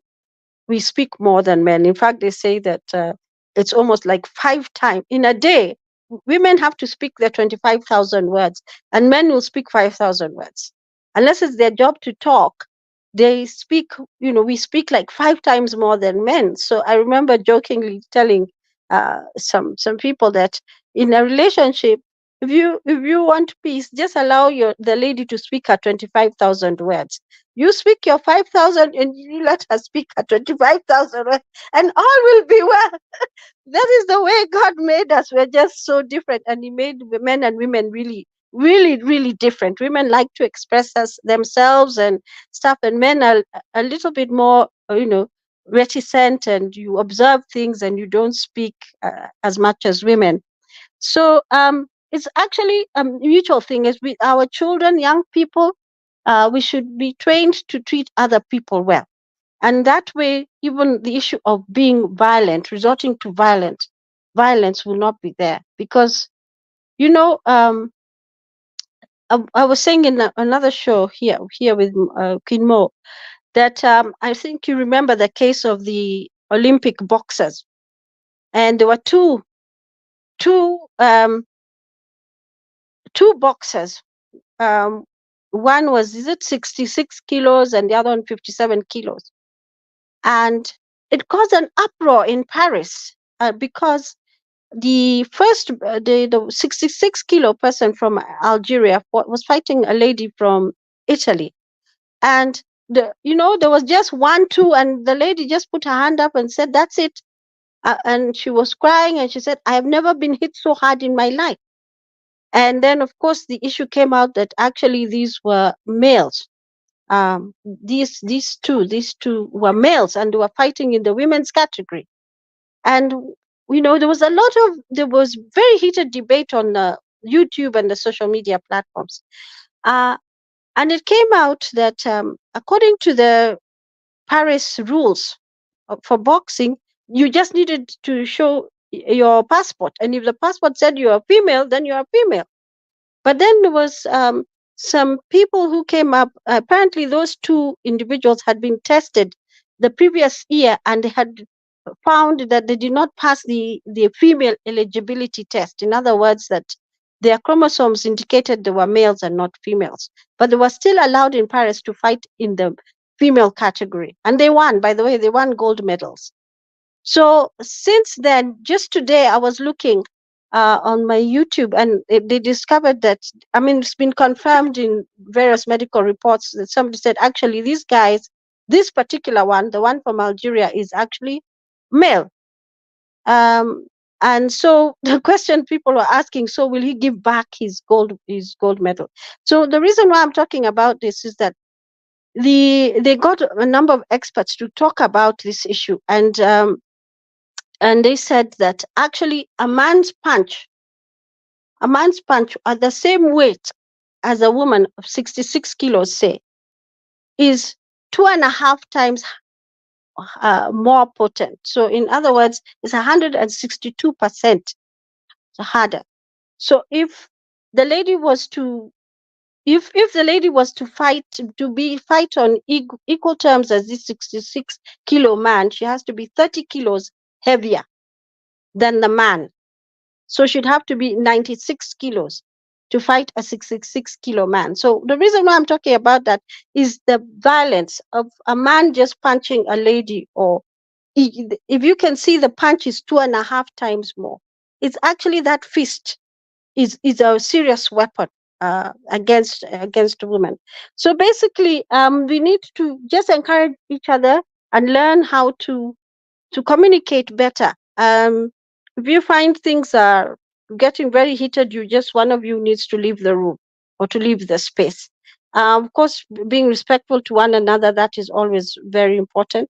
Because undermining and demeaning can happen both ways. But basically, there's a type of personality which can be easily provoked, which there's some sort of conditioning that women are supposed to behave in this way, or men are supposed to behave in this way, and that causes the conflict. And that's something we need to address. If it's one that is going to result in people being unalived, it needs to stop, and it needs to stop immediately. So I'm just looking at the questions that came here out here. We advocate for human beings, to being treated right. Both male and female have human rights. We have rights to life. So it's not acceptable either way for violence to occur against males or females. But for now, we're talking about the violence that's been meted out on young women and girls. And as we discuss, from the analysis of the few cases that Maureen told us, we saw there was divergent. Some were even pregnant. Some of the women were even pregnant, and the injury, an unborn child was an unborn child. The injury, the point of impact of the weapon was to the pregnancy itself. And stuff like that. So that tells you that the issue is it's very, very serious, and should be taken seriously, and it needs to stop. One of the discussions or causes that people talk about is they're saying that, life has become more difficult, there are frustrations, so unemployment, men are not fully engaged, so they will end up resorting to through their frustration, they might lash out in violence, but or pick up maybe their frustrations in life. Maybe they're taking up habits which will make them more susceptible to react in a violent way. So they end up, unaliving their wife, their girlfriend, or even their child. But how do you explain the behavior of that teen who was the best friend, who murdered or unalived his best friend's sister? And the best friend was so shocked, he didn't even know that he had those feelings towards his sister. He couldn't believe it. I mean, that story is so tragic. He could not believe it. So when he was crying on his sister's coffin, saying, "So sorry I introduced you to this fellow. I am so sorry, that I wish, that I had nothing to do with him." But he was so different with his friend, and he was very different with the sister. So the sister knew him one way, and and he was known different. So that's when you realize it's actually a deeper problem than just you know things, two, a male and a female disagreeing. Yeah. It's a more Yeah. serious thing. The cause is more serious. Yeah. Let me pick up on, thank you very much, Susan. Yeah, I agree with you. It's something to do with temperament and also mental health issues that, people may not be aware of in the other person. So Fia is saying Mato, stay-at-home wives do back their husbands. Some are doing part-time work on the side as hustlers, which is true, by the way. Some of them do part-time work. Some of them volunteer in the churches. Everybody's doing something. I mean, and also housework is work. Try it. Try it. It's a difficult job. Yeah. But Mato is also saying that she's talking about uh, Mato is just joking here. He put the meter number. Mawe. Actually, it's not MIDA. It's called Mawe. There's the Federation of Women Lawyers. Is there a Federation of Male Lawyers? MIDA, really? What I know is that there was a men's organization. But anyway, so but You Fear just is put saying, Fear LSK, is saying the some, yeah. Law Fear is Society. basically, yeah. Basically, Fear is saying that women are not doing, women are not supporting their wife, their husbands at home. And if they feel that they're not supported, then there is a legal recourse. There's a way that you can unmarry this person if you're not satisfied with them. Let them go. Let them go. What happened to just let them go? What happened to walk away? What happened to that? Yeah. But let me give you an example right here about 3 sportswomen who have lost their lives in the hands of their men in Kenya. So tragic. Yeah. Yes, and I know, Susan, you mentioned this earlier, but I just looked this up a little bit and I found a little bit more information here. Okay, so why is it that female athletes keep getting killed in Kenya? All right, there was this lady called Tirop, 25-year-old Olympic runner, two-time world championship bronze medalist. She was stabbed to death in her home in Iten, Kenya, in 2021. Okay, I believe that was by her lover. Okay, and that was an Olympian champion. Another one, Rebecca Cheptegei, Ugandan athlete Rebecca Cheptegei, but actually Cheptegei is a Kenyan name, right? But she died last week. That was in September. She died in September from injuries that she sustained from her former boyfriend, who poured petrol on her and set her alight. Okay, that was Rebecca Cheptegei. And then we had Agnes Tirop that I also mentioned. Okay. And then we had Damaris Mothe Mutua, a Kenyan born distance runner who competed for Bahrain. In August 2024, she was found dead in her home of her boyfriend. Okay. So here are 3 examples of femicide, literally. All right.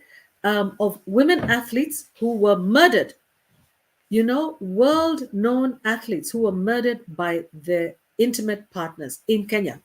Just in the past 1 year, is it 1 or 2 years? Yeah.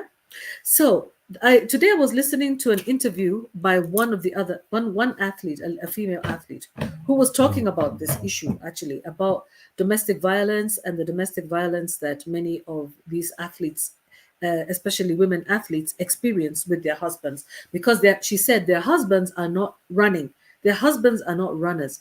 It's too much for their husbands and their boyfriends to see their girlfriends getting an ATM card, getting a car, learning to drive, driving. Women empowerment rubs many men the wrong way. Instead of them seeing that as an opportunity to build their families, they see that as an indictment or on their masculinity. They associate having a bank account with a man, a car with a man, money with a man. So or with what they call the head of the household, quote unquote. Yeah. So when they are not the ones when these women, who literally start out at the very bottom, all of a sudden shoot to the top and earn millions of dollars from running, hundreds of thousands of dollars from running. And when their life is moved from grass to grace in just a flash and a twinkle of an eye, it becomes too much for their husbands. And so she said that part of the training that the athletes get also is in terms of their relationships, because many of them are suffering even now behind closed doors.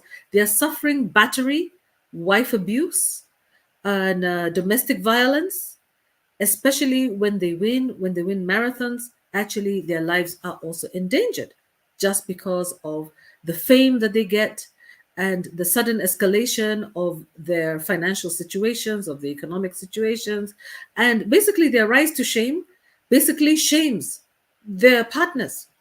It does shame their partners. There are some partners who consider that to be shameful, yeah, to them, and kind of like it illuminates their weakness.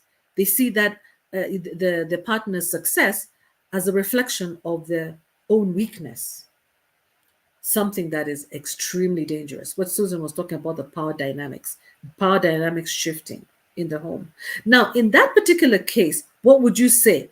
In that particular case, the man is actually cooler in fair from the woman now, right? It's the other way around. But you'll never heard of a woman actually take unalive, unalive the man in her life after she became famous and rich. Yeah, in that sense. You never heard that. But if it was a man, you would hear that. You hear that actually it's the man unaliving the woman who is successful. So this is not a matter of kukula fare. When we say kukula fare, it means to eat the bus fare. Okay, basically it's a short term in Kiswahili that kind of short code for exploitation of the man by the woman. Okay, in terms of financial exploitation and stuff like that. Some men, if you feel as a man, what I would tell a woman, and this is one of the tips for survival, is like Susan said, to study your man, study him.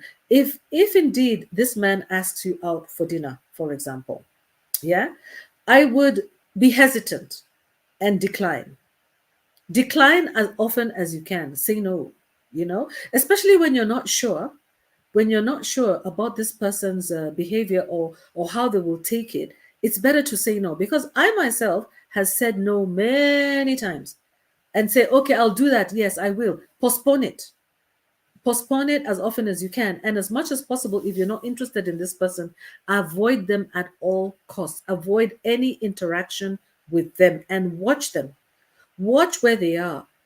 See if they could be tracing you, trailing you. Check your social media posts. See whether they're trailing you on social media.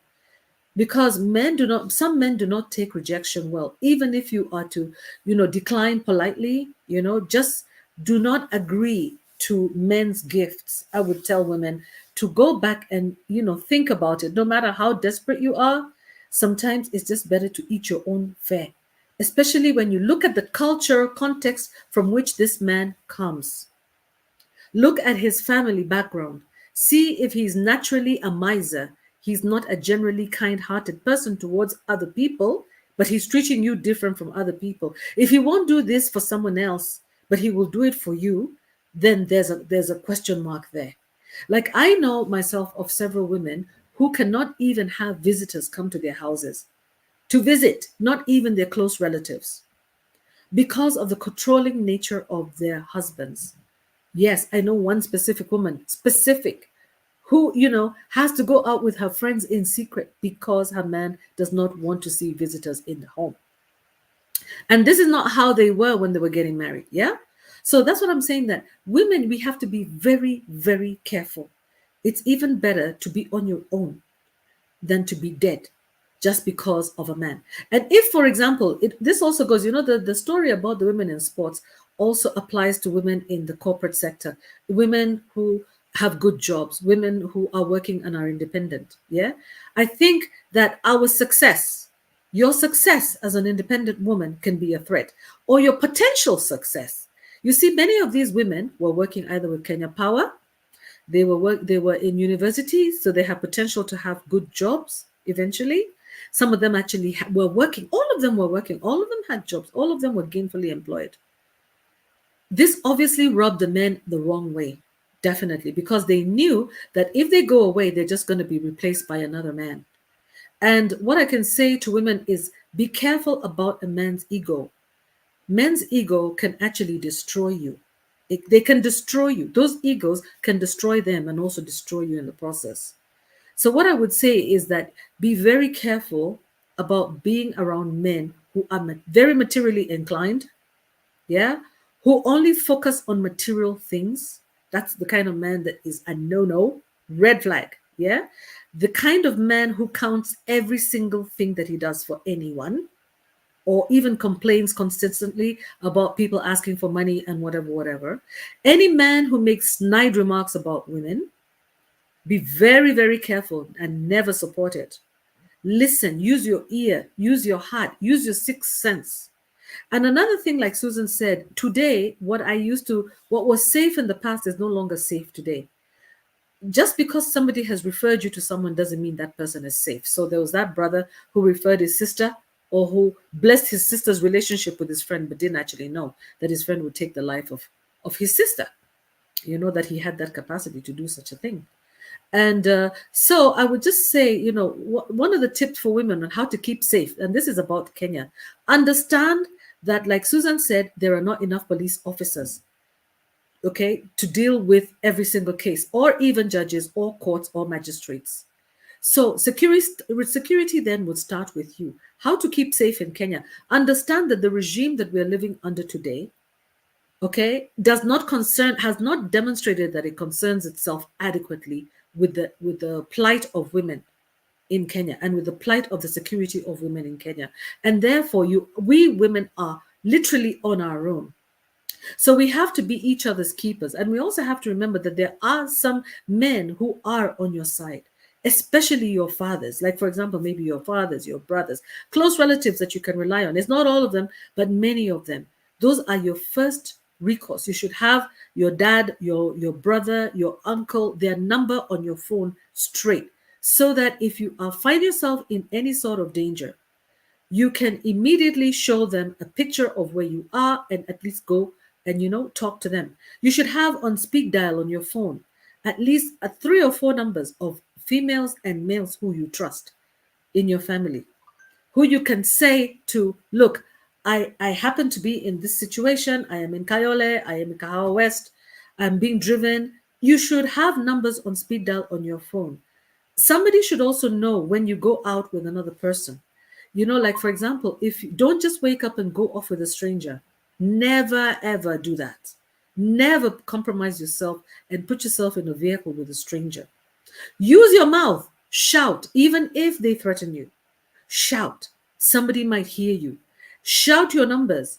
Shout your name.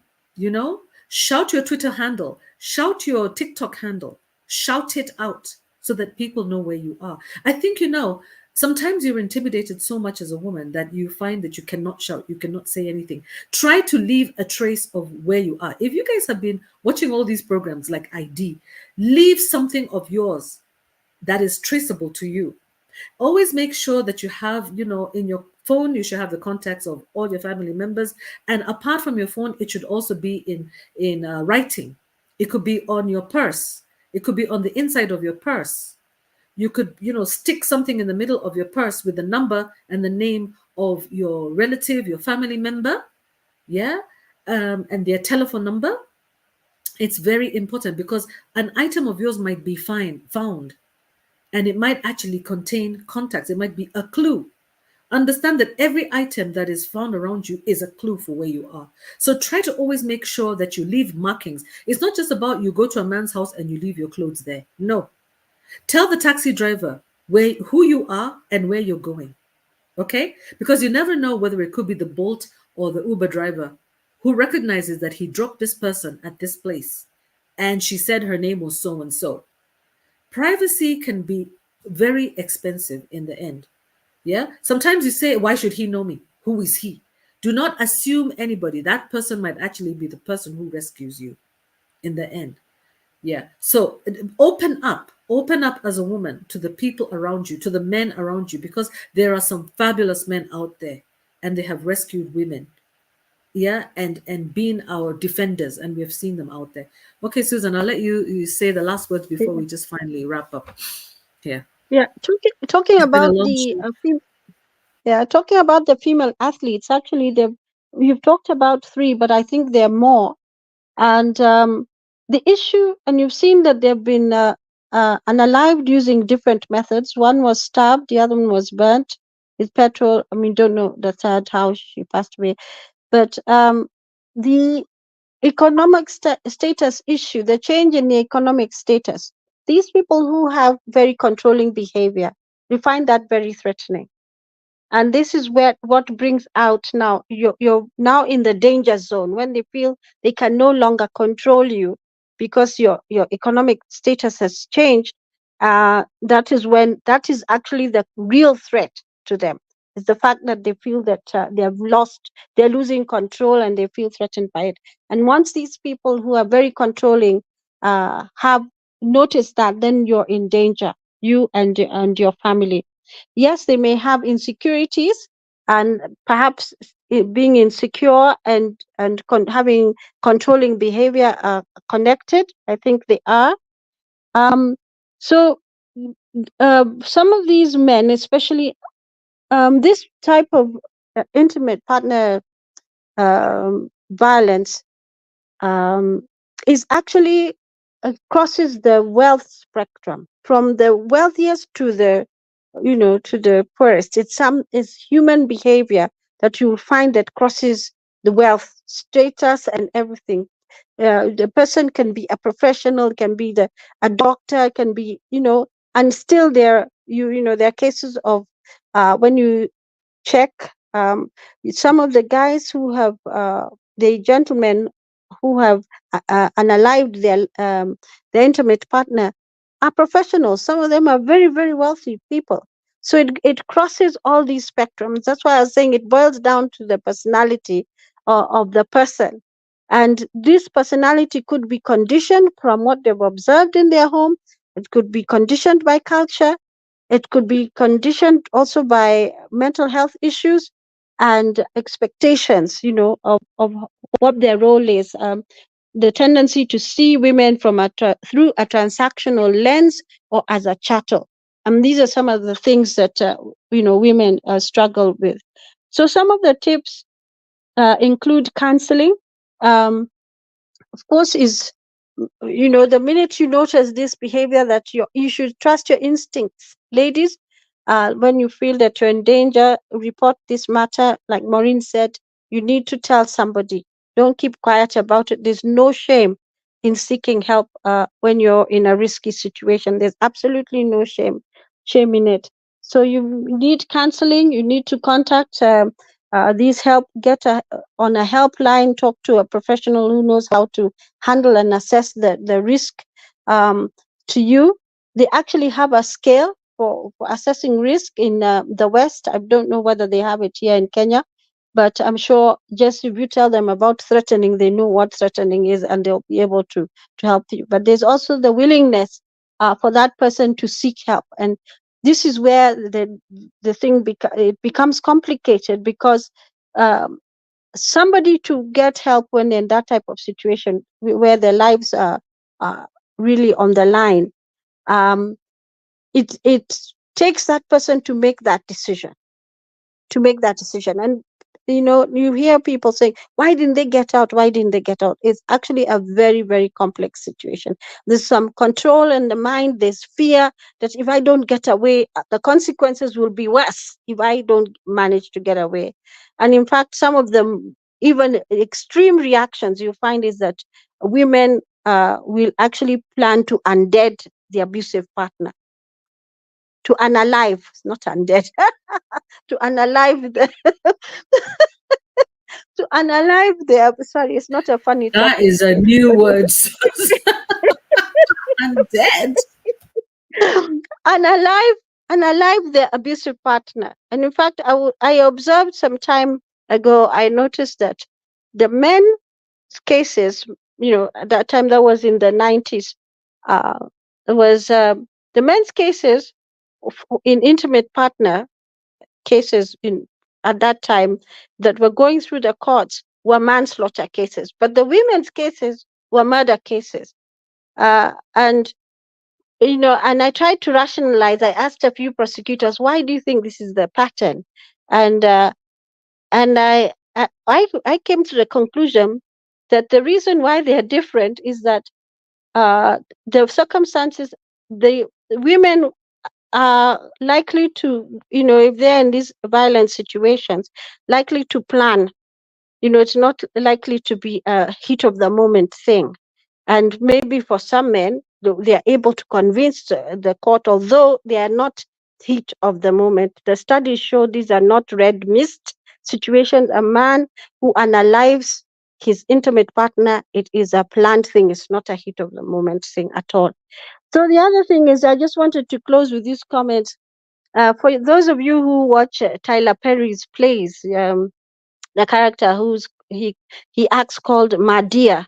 Madia was giving some advice to her niece and said, so for a man, the way of assessing a man who is violent and how he's going to react, and whether his risk, the risk level to you, or even the danger, how dangerous that male is to tell them that you're going to call the police.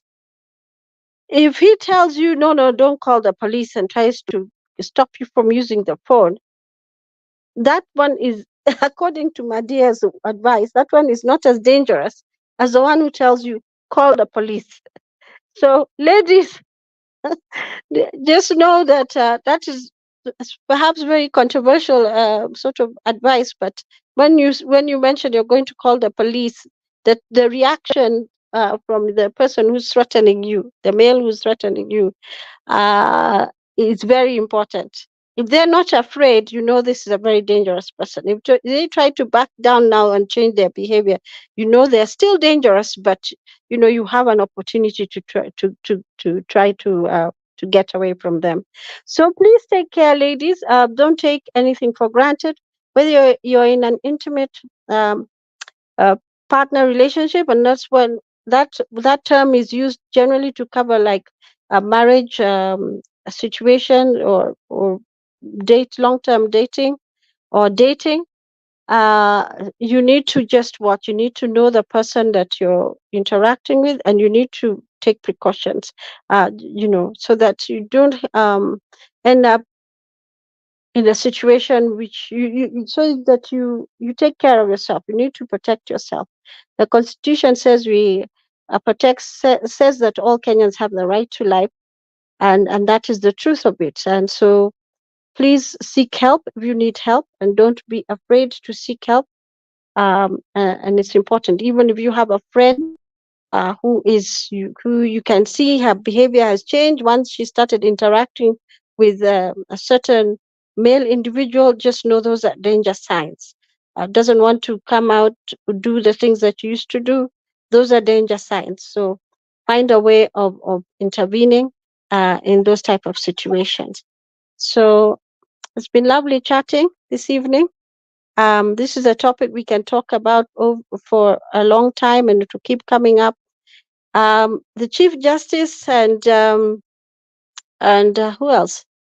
The Law Society have also come out and taken the police to task and asked them to, do something about reducing or addressing the violence cases against women. That there are too many cases. The courts also are ready to. We hope the other arm of the that needs to really pull up their socks is, I think Maureen mentioned that in some earlier discussion, was that they need to address those issues. The cases need to, the violence cases against women need to be addressed with quite some efficiency and effectiveness, keeping the privacy, restoring the dignity, not restoring, looking after, taking care of the dignity of the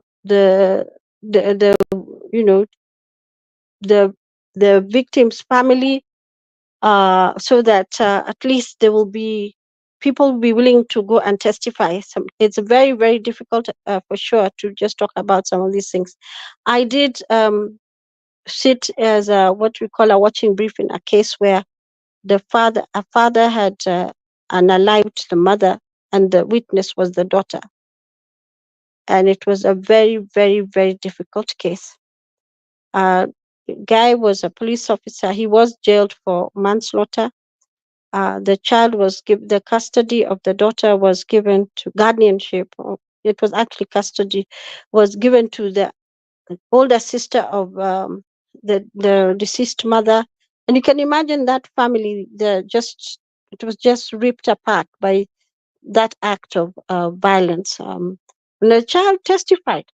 He was an eyewitness to the whole thing. She saw it, very angry with her father for doing that. And it was not the first time he had done it. And the other thing I wanted to mention is that the families, of these people who have that tendency to be controlling and to be extremely violent, and who can act, who are very risky. They know the truth. They know the truth. They know the truth of that person's behavior, and usually they cover up. So if you're a member of a family and you know that you know there's somebody in your family who can cause such harm to somebody else's life, we need to rethink about how we handle some of these things at the family level, because um, whoever that your relative is going to end up harming or unaliving, she belongs somewhere. She has a mother, a father, maybe there are children and stuff like that. So think about it. In fact, the history or the research shows that the families can be very protective. There are very few. In fact, the families where you can find one relative has decided to speak the truth, and it has completely, they're not talking to the person who's decided to testify and say, yes, this person is violent. I have seen them doing ABCD. Yeah, that I saw this. They called and they said this and they said this. And there's some families who are not even on talking terms, because uh, one family member has reported uh, another for unaliving the wife or an intimate partner. So let's be brave about this. Let's be our brother's keeper. That's all from me today. Thank you, Susan. Yes, and our sister's keeper. That's true. Let's be each other's keeper, because, as Mato is mentioning here, this is not about saying that it's only women who experience this kind of gender violence and unalivement by men. No, it's the topic that we are discussing today. We're giving women tips, women and girls tips on how to keep safe. And especially in this country where the law, people use money, to get themselves out of situations, and where we have been quite disappointed, or where we have less trust in the judiciary, and in the systems to protect women. So, what I want to say to young people and young women is, you can try, you can at least give yourself a chance, by using wisdom. Wisdom is different from intelligence. The difference between wisdom and intelligence is that wisdom looks at the character of the individual. Wisdom is about understanding the nature of a subject, the nature of a person, as opposed to intelligence, which looks at logic. There's a difference between logic and character, you know? There's a difference between using logic and understanding nature, the nature of things. Yeah? You understand nature by triangulating various issues around an individual. You see an individual, okay, you know that they are male, you're a woman, okay, you're a girl or you're a woman, and you have a daughter. You're a woman, you are dating, but you have a young daughter. Yeah. Before you know the nature of the male that you are dating, yeah, you want to make sure that you are going to keep them far away from your daughter. Why? Because you don't know the nature of the male that you have. The nature, you need to understand the character and the nature of this male before you will leave your daughter a minute in the hands of this male. He could be, he may be the person who would never hurt a fly, but you're not going to take that chance. You're not going to take that chance. Yeah. And it doesn't matter whether it's your daughter or your son, because nowadays there's also sodomy. It doesn't matter whether it's a girl or a boy. Anybody could be attacked. Yeah. So what I want to say is that we need to use wisdom. Wisdom is very important. We need to understand people's culture, people's nature, people's personality, temperament, people's like attitudes. Look at the social media space. Look at their CVs. Yeah, I would even look at the CVs. Talk to their friends. Talk to their enemies. Yeah, you know. Some of them, if they have children, look at the way that they treat people who have less than themselves. Look at the way they treat people who have more than themselves. Yeah. If they worship people who have material things, there are some men who actually live off other men, live off other men's wealth. Yeah, they do. There are some men who want to be associated to other rich men because they feel rich by association. Yeah, they feel important by association. That could indicate a fact a problem with their self-esteem. A man with a low self-esteem is a very dangerous man. It's like there's a man who said to his wife that a man is like a man without his self-esteem is like a lion without a mane, a male lion without a mane.